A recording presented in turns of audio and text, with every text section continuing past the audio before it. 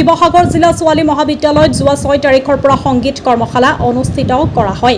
শিৱসাগৰ জিলা ছোৱালী মহাবিদ্যালয়ত শিৱসাগৰ ছোৱালী মহাবিদ্যালয়ৰ দিচাংমুখ সংগীত কলা কেন্দ্ৰৰ পোহৰ সংগীত কলা কেন্দ্ৰৰ আগন্তুক আৰু বিনাপানী সংগীত বিদ্যালয়ৰ আন্তৰিক পৃষ্ঠপোষকতাত পদ্মশ্ৰী ইমৰান শ্বাহৰ সাহিত্য চৰ্চা নাহেন্দ্ৰ পাদুনৰ গীতৰ কৰ্মশালা অনুষ্ঠান অনুষ্ঠিত কৰা হৈছে।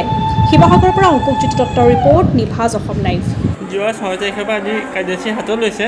কেইদিনে কাৰ্যসূচী হৈছে আৰু কিমানজন মানুহ আজি প্ৰতি এই কৰ্মশালাত জড়িত হৈছে? কিমান মানুহ জড়িত আছে মানে ইতিহাস প্ৰসিদ্ধ শিৱসাগৰ অৱস্থিত শিৱসাগৰ ছোৱালী কলেজত শিৱসাগৰ ছোৱালী কলেজ দিচাংমুখ সংগীত কলা কেন্দ্ৰ, পোহৰ সংগীত কলা কেন্দ্ৰ আৰু বিনাপানী সংগীত বিদ্যালয়ৰ আন্তৰিক পৃষ্ঠপোষকতাত পদ্মশ্ৰী বঁটাপ্ৰাপক ইমৰান শ্বাহ আৰু সাহিত্যাচাৰ্য নাহেন্দ্ৰ পাদুনৰ কৰ্মশালা অসমত প্ৰথমবাৰৰ বাবে 6 দিনীয়া কাৰ্যসূচী শিৱসাগৰ ছোৱালী মহাবিদ্যালয়ত কালি 6 তাৰিখৰ পৰা আৰম্ভ কৰিছোঁ। আৰু এই গীতৰ কৰ্মশালা শুভ আৰম্ভণি অনুষ্ঠানত আমাৰ বিশিষ্ট সন্মান ব্যক্তি হিচাপে উপস্থিত থাকে সংগীত নাটক একাডেমী ভাৰত চৰকাৰৰ মনোনীত সদস্য ডক্টৰ অনিল শইকীয়া ছাৰ, অসম চৰকাৰৰ সাংস্কৃতিক সঞ্চালকালয়ৰ অৱসৰপ্ৰাপ্ত উপ সঞ্চালক প্ৰদীপ্ত কুমাৰ প্ৰেমী ডাঙৰীয়া উপস্থিত থাকে।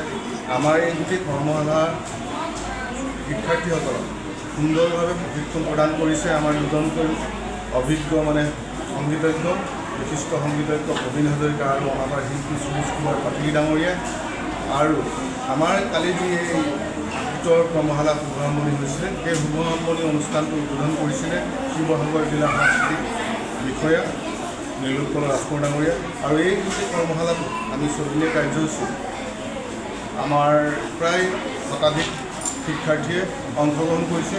সৰুৰ পৰা প্ৰায় আমি দেখিবলৈ পাইছোঁ প্ৰায় 7 বছৰ বয়সৰ পৰা প্ৰায় আপোনাৰ 50 বছৰ বয়সৰ ব্যক্তিলৈকে এই কৰ্মশালাত অংশগ্ৰহণ কৰিছে শিক্ষাৰ্থীসকলে আহি।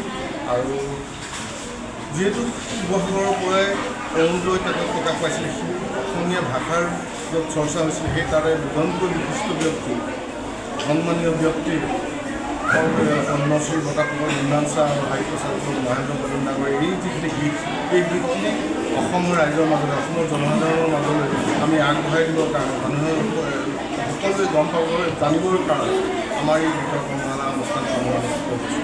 আশা ৰাখিছোঁ আমাৰ এই কৰ্মশালাখনিয়ে তেখেত দুয়োজন ব্যক্তিৰ এই দুজন মহান ব্যক্তিৰ এই গীতখিনি যাতে অসমৰ ৰাইজৰ মাজলৈ লৈ যাব পাৰোঁ তাকে ভগৱানৰ চেষ্টা কৰিছোঁ। ধন্যবাদ।